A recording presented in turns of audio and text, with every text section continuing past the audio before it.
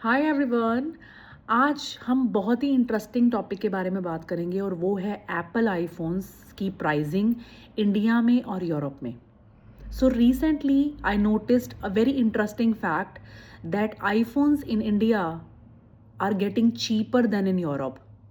So I thought it will be fun to share this fact with you and see why and what is happening. I will show you with proofs.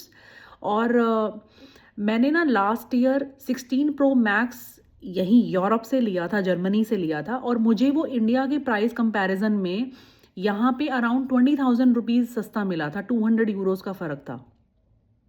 और अब आज मैं 2026 में हम लोग खड़े हैं और अब की जो प्राइसिंग है आई जस्ट शो यू कि कितना डिफरेंस आ रहा है. This is because of the exchange rate and taxes and all that stuff. But still iPhones in India are much more cheaper than iPhones in Europe these days. So I will show you with proof and then you see.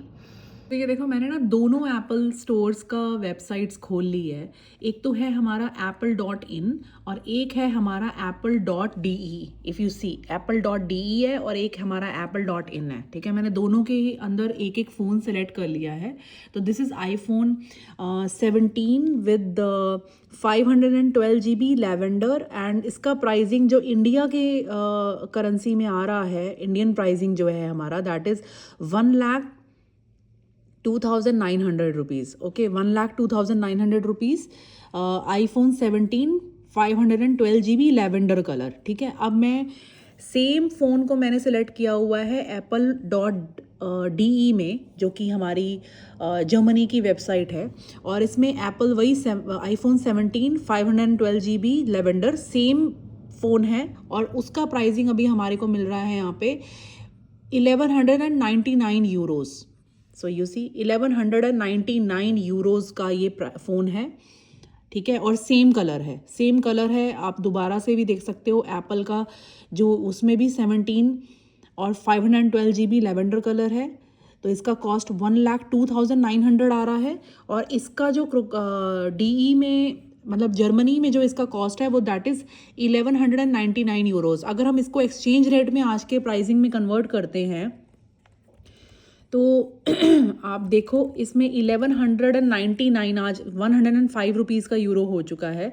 तो 1,199 euros में डालती हूँ इसके अंदर. देखो, ये 1,199 euros अगर मैं डालती हूँ तो ये प्राइसिंग बनती है 1,25,896 रुपीज़. Okay, 1,25,896 rupees. और मुझे इंडिया में ये कितने का मिल रहा है? सो ऑलमोस्ट 25,000 रुपये का फ़र्क है दोनों फ़ोन्स के अंदर. 25,000 रुपीज़ का मुझे फ़ायदा होता है अगर मैं इंडिया से ये फ़ोन ख़रीदती हूँ. You can actually see.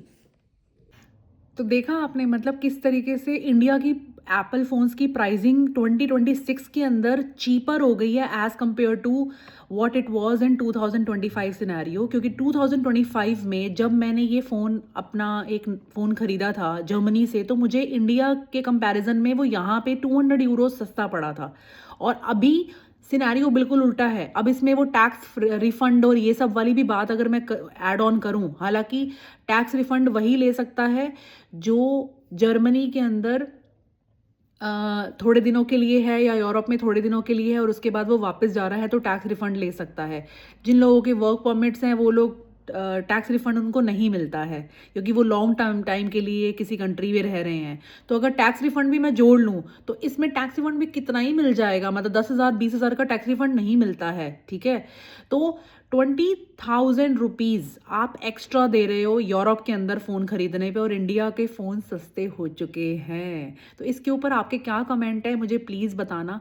और अगर आपको लगता है कि कोई और भी ऐसी चीज़ है जिसकी प्राइसिंग आपको इंडिया और जर्मनी की या यूरोप की प्राइसिंग कंपेयर करनी है और आपको पता करना है कि ये यहाँ सस्ता है या नहीं है, तो मुझे कमेंट बॉक्स में लिखना.